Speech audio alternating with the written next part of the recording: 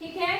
यहाँ पर क्या है, एक स्कूल के विद्यार्थियों ने वायु प्रदूषण कम करने के लिए स्कूल के अंदर और बाहर पेड़ लगाने के बारे में सोचा। समझ में आया? वायु प्रदूषण कम करने के लिए स्कूल के अंदर कुछ पौधे लगाए जा रहे हैं और स्कूल के बाहर कुछ पौधे लगाए जा रहे हैं। यह निर्णय लिया गया कि प्रत्येक कक्षा का प्रत्येक अनुभाग, अनुभाग मतलब सेक्शन, ठीक है, अपनी कक्षा की संख्या के बराबर पेड़ लगाएगा। जैसे इन्होंने बताया, उदाहरण बता रखा, कक्षा 1 का एक अनुभाग एक पेड़ लगाएगा। जैसे मान लो सेक्शन होते हैं ना, A B C D ऐसे होते हैं। तो जैसे तुम्हारा मान लो 10th क्लास हो तुम, तो 10th क्लास की मान लो हमारे पास 3 सेक्शन या 4 सेक्शन है, तो आप क्या करेंगे, कितने पौधे लगाएंगे? 4 नहीं लगाएंगे। आप कौन सी क्लास के हो? 10th क्लास में बच्चे 10th है ना, तो एक 10 पौधे आपकी क्लास लगाएगी, 10 पौधे B सेक्शन लगाएगा, 10 पौधे C सेक्शन लगाएगा, 10 पौधे D सेक्शन लगाएगा। इस तरह से लगाएंगे। समझ में आ गई बात? तो यहाँ इसने यही बोला है कि जैसे कक्षा 1 का एक अनुभाग एक पेड़ लगाएगा, कक्षा 2 का एक अनुभाग कितने पौधे लगाएगा? 2। कक्षा 3 का एक अनुभाग 3 पौधे लगाएगा। सब समझ गए जी? अच्छा, इत्यादि। और ऐसे ही कक्षा 12 तक चलता रहेगा। कब तक चलता रहेगा? 12। प्रत्येक कक्षा के 3 अनुभाग हैं। कितने अनुभाग हैं? 3। कितने सेक्शन है? 3 है ना? हाँ। तो विद्यार्थियों द्वारा लगाए गए कुल पेड़ों की आपको क्या निकालनी है? संख्या। समझ में आया? ठीक है। तो मुझे ये बताओ, पहली क्लास कितने पौधे लगाएगा? एक सेक्शन एक पौधा। कितने सेक्शन है? 3। तो कितने पौधे लगेंगे? तो इसका मतलब क्लास, टोटल क्लास 1 कितने पौधे लगाएगी? 3। फिर कक्षा 2 कितने लगाएगी? 6 पौधे लगाएगी। समझ में आया कैसे? कक्षा 3 कितने लगाएगी? 9। इसी प्रकार से कक्षा, और ये क्रम कहाँ तक चलता रहेगा? 12वीं क्लास तक। तो 12 वाले कुल कितने पौधे लगाएंगे? 36 पौधे लगाएंगे। हाँ या ना? अच्छा, अब आपको बताना क्या है कि टोटल कुल कितने पौधे लगे हैं। बात समझ में आ गई कि नहीं आई? तो आपको क्या काम करना है, ये ना लिख के आप लिख दो 12 क्लास तक। 12 क्लास तक आपका नंबर आ जाएगा। ठीक है, क्लास तक। बोलो, बात समझ में आ गई आपको? नहीं आई? तो यहाँ तक आपके नंबर। अब आपको क्या निकालना है? S12 निकालना है। 12 का 2 का योग निकालना है? नहीं निकालना। सूत्र आपको पता है। A आपके पास यहाँ से है, D कितना होगा? 3 D आ गया आपका। N आपके पास में कितना है? 12 निकाल लेंगे। तो 12 पदों का योग पर निकाल के जितने पौधे आए उतने पौधे आपके पूरे परिसर में अंदर बाहर लगे हैं। बात समझ में आ गई? ये नहीं आई? कर लेंगे। अगला स्टार्ट करें। ये लेकिन क्या कह रहा है, केंद्र A से प्रारंभ करते हुए बारी बारी से केंद्र A और B को लेते हुए त्रिज्या 0.5, 1, 1.5, 2 सेंटीमीटर वाले उत्तरोत्तर अर्धवृत्तों को खींचकर एक सर्कल बनाया गया है, जैसा चित्र में दिखाया गया है। और इस तरह के 13 अर्धवृत्त आपके बनाए गए हैं। देखो मेरी बात समझो, यहाँ इन्होंने ऐसा बना रखा, एक बिंदु A है, एक बिंदु क्या है? D। यहाँ से लेकर यहाँ तक की जो दूरी है वो 0.5 है। कितनी है? 0.5। इन्होंने क्या करा? 0.5, इस बिंदु को A मान लो, इसको क्या मान लो? B। इन्होंने इस दूरी को चाप लेकर एक अर्धवृत्त खींच दिया। क्या खींच दिया? अर्धवृत्त खींच दिया। ऐसा मतलब ऐसे प्रकार से। समझ गए नहीं समझे? समझ गए? अब इन्होंने क्या काम किया, पहले यहाँ पे रखा था, अब यहाँ P पे रख देंगे अपना प्रकार, और उसके बाद इस त्रिज्या को, समझ गए? कौन सी त्रिज्या? इस वाली को। यहाँ से लेकर यहाँ तक टोटल कितना सेंटीमीटर बन गया? 0.5 के 0.5 के कितना? एक। इस 1 सेंटीमीटर को लेके एक और अर्धवृत्त खींच दिया। बात समझ में आ गई? फिर इन्होंने क्या करा, अब फिर से A को त्रिज्या माना, और यहाँ पर एक ये हो गया और आधा ये 1.5 सेंटीमीटर का फिर से एक अर्धवृत्त खींच दिया। बोलो, बात समझ में आई या नहीं आई? आ गई? उसके बाद इन्होंने क्या किया, थोड़ा दूर ले लेना, मेरा पास हो गया, कोई बात नहीं। इस तरह से इन्होंने ये क्रम पूरा कर रखा। और कितने अर्धवृत्त बनाए हैं? 13। कितने? 1 ये बन गया, दूसरा ये बन गया, तीसरा ये बन गया। इसी तरह से टोटल कितने बने हैं? 13। समझ में आ रहा है? तो इन्होंने ये बोला है कि इस प्रकार जो एक सर्पिलाकार बन रखा है यहाँ पर, इसमें जो 13 अर्धवृत्त बने हैं उनकी कुल लंबाई आपको बतानी है। समझ में आ गई बात। इन अर्धवृत्तों की क्या बनानी है, टोटल सर्कल की पूरी लंबाई बतानी है। बात समझ में आई या नहीं आई? समझ में आ गई जी? पक्का बताओ जी। अब वो करने के लिए सबसे पहले तो आपको ये पता होना चाहिए कि यहाँ से लेकर यहाँ तक की लंबाई कितनी है, प्लस ये लंबाई कितनी है, प्लस ये लंबाई कितनी है, और इस तरह से कितने पदों तक, 13। बात समझ में आ गई? ठीक है। अब आपने ये चीज, क्या चीज होती है वृत्त की? चाप नहीं, अर्धवृत्त। चाप तो छोटा होता है, इस चाप को बोलेंगे क्या? अर्धवृत्त है ना ये। और इस लंबाई को यहाँ से लेकर यहाँ तक की लंबाई को क्या बोलते हैं? अगर इस पूरी लंबाई की बात करें तो इस लंबाई को क्या बोलते हैं? हाँ हाँ, क्या? परिधि बोलते हैं। क्या बोलते हैं? अरे इस आकृति को वृत्त बोलते हैं गधो। यहाँ से लेकर यहाँ तक की जो पूरी लंबाई अगर हम काट दे और इसको ऐसे खींच दे तो ये बनेगा, उसको हम लंबाई तो बोलेंगे, परिधि होती है। क्या होती है? परिधि। या परिमाप भी बोलते हैं आप लोग। परिमाप हमेशा हम दूसरी आकृतियों के लिए बोलते हैं, चतुर्भुज हो गया, वर्ग हो गया, त्रिभुज हो गया, है ना, आयत हो गया। फिलहाल यहाँ पे हम परिधि नाम लेते हैं। क्या बोलते हैं? परिधि। तो यहाँ से लेकर ये कितना वृत्त है? आधा। तो इसकी आधी परिधि प्लस इसकी आधी परिधि प्लस इसकी आधी परिधि, हाँ या ना? किसी को परिधि का सूत्र याद है?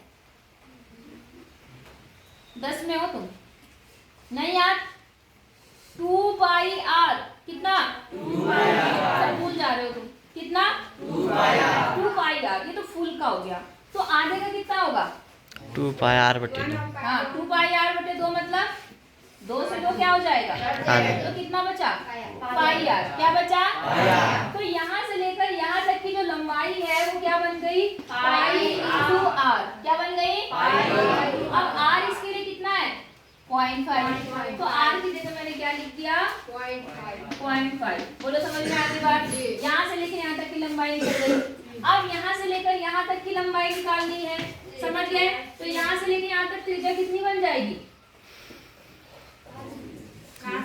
अरे यहाँ से लेकर यहाँ तक कितनी आती थी, तो यहाँ से लेकर यहाँ तक कितनी बनेगी? 1 बनेगी। ठीक है, तो यहाँ पर कितना हो गया? पाई और 1 आ गया आपका। बोलो समझ में आई बात? उसके बाद क्या बनेगी? त्रिज्या कितनी बन गई अब? 1.5। और ये क्रम कहाँ तक चलता रहेगा? 13 पदों तक या 13 सर्किलों तक, आपकी मर्जी है। बोलो बात समझ में आ गई? अब आप क्या काम करेंगे? इसका क्या निकालेंगे? योगफल, हाँ या ना? पहले पाई में निकालते, बाद में पाई का मान रखेंगे। बोलो कोई दिक्कत तो नहीं है? तो देखो इसमें a कितना है? 0.5 यही है। और d कितना है?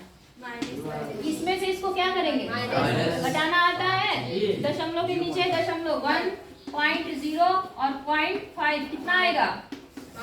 पॉइंट। तो d आ गया आपका 0.5 और साथ में क्या?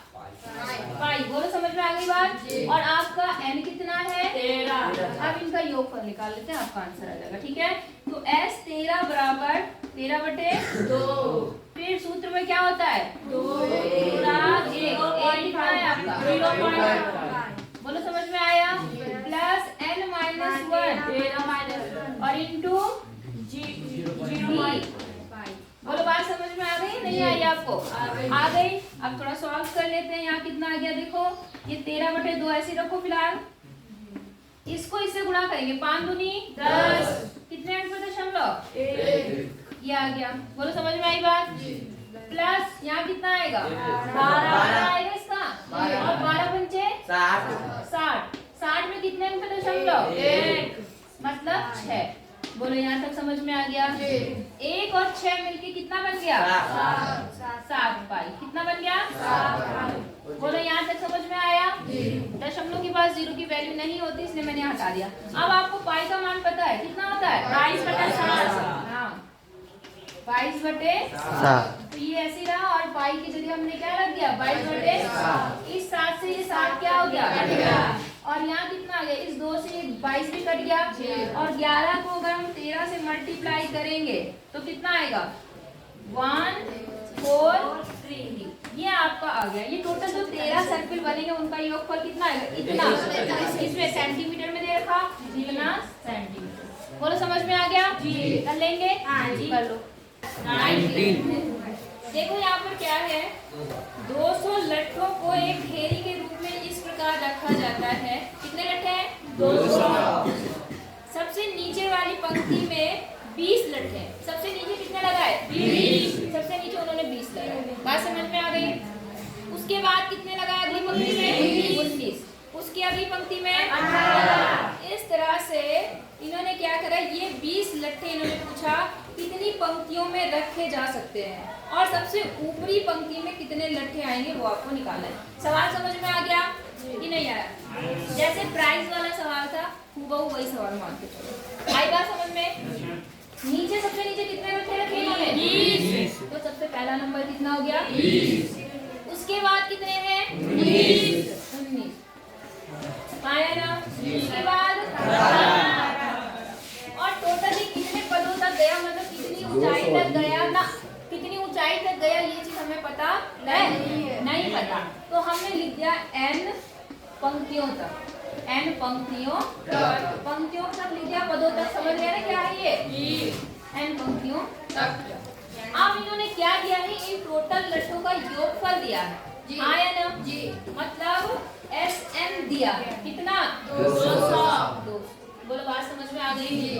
तो इस 200 की सहायता से पहले हम देखते कि कितनी पंक्तियां बनेगी, मतलब n कितना आएगा। बात समझ में आ रही है नहीं आ रही? फिर बाद में देखेंगे वो nवां पद कितना आएगा। नहीं आई बात समझ में? तो ठीक है, आपको सूत्र पता है, SN = n/2 2a plus n - 1 into d। Value रख देते हैं। SN की वैल्यू कितनी है? 200। थोड़ा जल्दी से कर रहे हैं, ठीक है। n/2 2a 2 जा 4, मतलब 40 आ गया यहाँ पर। प्लस पद हमें पता नहीं है कितने हैं। अच्छा, d कितना आएगा? 1। कोई गलती -1। इसका विशेष ध्यान रखना, कितना आएगा? -1। इसमें से ये माइनस करेंगे तो -1। इस चीज को भूलना मत भाई, यही सबसे बड़ी गलती होती है। अच्छा, अब कितना हो गया? देखो ये दो यहाँ डिवाइड में करा के क्या हो जाएगा? बट्टे में। तो यहाँ कितना बन गया? बराबर n। अब इसको भी सॉल्व कर लेते हैं। ये तो कितना हो गया? 40। ये 1 जब इससे गुणा करेगा तो माइनस है, तो -1n। 1 लिखने की जरूरत नहीं है, n। और ये माइनस इससे होगा तो प्लस, और 1 की कलम। यहाँ तक समझ में आ गया आपको? अब कितना आ गया यहाँ पे देखो, n, और यहाँ कितना हो गया? 40 माइनस n बराबर 400, और यहाँ हो गया 400 बराबर, यहाँ कितना हो गया? 40 माइनस n स्क्वायर। आया ना? सबको एक तरफ कर लेते तो द्विघात समीकरण बन जाएगी। तो यहाँ सबसे पहले मैं ये लिखती हूँ, कितना है यहाँ पर? एक काम करो, ये सारी इधर ले डालो, इधर ले जाओ, तो ये माइनस का n स्क्वायर किसका हो जाएगा? और ये प्लस का 41 n किसका हो जाएगा? माइनस। और ये अपनी जगह पर है, तो ये प्लस का 4 बराबर 0। यहाँ समझ में आया? द्विघात समीकरण को सॉल्व करने की गुणनखंड विधि, ठीक है। यहाँ पर तो आप गुणनखंड विधि से फैक्टर कर सकते हैं। फैक्टर करने आते हैं, कई बार बता रखा, फिर भी कर लेते हैं। 400 के अभाज्य गुणनखंड करो। 2 से कितना आएगा? 2 से 2 से 4, 2 से 25, 5 से 25, और 5 से 5। देखिए ना, थोड़ा जल्दी हाँ, थोड़ा जल्दीबाजी में करिए, इसलिए समझ लेना, ठीक है ना? एक मिनट जाओ बेटा। ठीक है, अब देखो हमें क्या करना है, जोड़ कर कितना आना चाहिए? 40। बताओ जोड़े जल्दी से। 5 दूनी 5 दूनी 5 बचे 25, 2 दूनी 4, 8 दूनी 8 दूनी 16, 25 और 16 जोड़ के जाए आगे 41। पहली बार में बन गया। तो ठीक है, यहाँ पे n स्क्वायर आ गया माइनस, यहाँ कितना आएगा? 25 प्लस कितना? 400 बराबर 0। ये सब पता है आपको प्रोसेस क्या होता है? नहीं पता? ठीक है, आप थोड़ा ब्रैकेट खोल दो, तो माइनस का 25n माइनस का 16n प्लस 400 बराबर 0। समझ गए? अब कॉमन ले लो इसमें और इसमें, इन दोनों में n कॉमन है, तो n माइनस 25, ठीक है। माइनस यहाँ क्या कॉमन है? 16, n माइनस 16 को इसमें डिवाइड करो, 16 कम 16 32, 16 दूनी कितना बचा? 8, 16 पंचे 80। आगे दोनों में कितना आ गया यहाँ पर n माइनस 25 एक में आ गया और n माइनस 16 एक में। बोलो समझ में आया कि नहीं आया? अब देखो यहाँ से कितना आएगा, n की दो वैल्यूज आए, एक तो कितना आ गया आपका 25 आएगा और एक क्या आएगा 16 आएगा। बोलो बात समझ में आ गई या नहीं आई? सही कर रहे हो हम ये? हाँ है ना?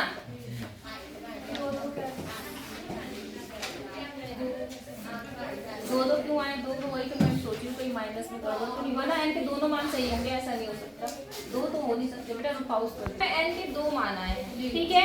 अभी क्योंकि दोनों ही मान प्लस में आए हैं तो अभी तो फिलहाल हम मानेंगे कि n बराबर 16 या 25 में से एक ही होगा आंसर। तो अब हम वो देखेंगे कि कौन सा आंसर सही है।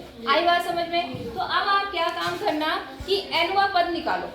nवां मतलब पहले 25वां पद या 16वां पद निकालो जो आपको अच्छा लगे, उसके बाद दोनों को चेक करेंगे कि कौन सा हमारा सही होगा। बात समझ में आ गई? थोड़ा से मिटा दूं। अब मैंने कहा आपको कौन सा पद निकालना है, क्योंकि n के दो मान आए हैं ना, तो हम एक काम करते हैं, पहले 16 पद निकालते हैं। तो a16 क्या निकालते हैं? a16। तो a16 a प्लस कितना d 15d, a कितना है 20 प्लस 15 और d कितना था आपका माइनस। समझ गए? तो 20 माइनस 15 कितना आ गया 5। तो इसके अनुसार जो 16 है, मतलब इसमें टोटल कितनी पंक्तियां बनेगी? दो लड़के बनेंगे तो सबसे ऊपर कितनी पंक्तियां बनेगी टोटल? 16। समझिए ना कैसे? पहले में 20, दूसरे में 19, तीसरे में 18, ऐसे करके कितने तक जाएगा ये? 16वीं पंक्ति जाएगी। कितनी जाएगी? 16। और सबसे जो 16वीं पंक्ति में लट्ठे टोटल आएंगे वो कितने आएंगे? 5। यहाँ तक तो आ गया।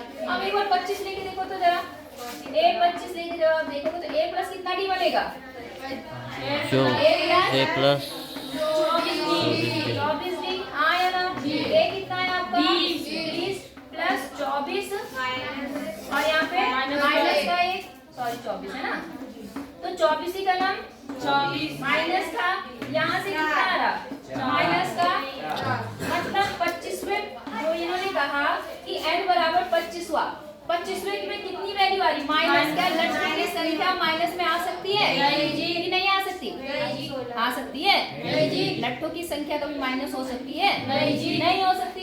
इसलिए हम कहेंगे कि हमारा जो n का मान है ये वाला हमारा हमारा आंसर कौन सा होगा? समझ में आ गई बात? लेकिन हम यहाँ पर नहीं, अक्सर हमारे जो सवाल होते थे उसमें एक माइनस आता था, एक प्लस आता था, तो तुरंत ही वही सॉल्यूशन निकल जाता था। जो माइनस वाला था वहीं पे नेगलेक्ट कर देते थे, हाँ या ना? लेकिन जब हम यहाँ पर देख रहे हैं हमारे दोनों मान प्लस में आए तो हमें यहाँ से चेक करना पड़ेगा उनका पद निकाल के, मतलब उस पंक्ति को निकाल के। समझ गए? नहीं समझे? सच बोलना हो जाएगा। तो ये करना, बाकी बात बताऊँ।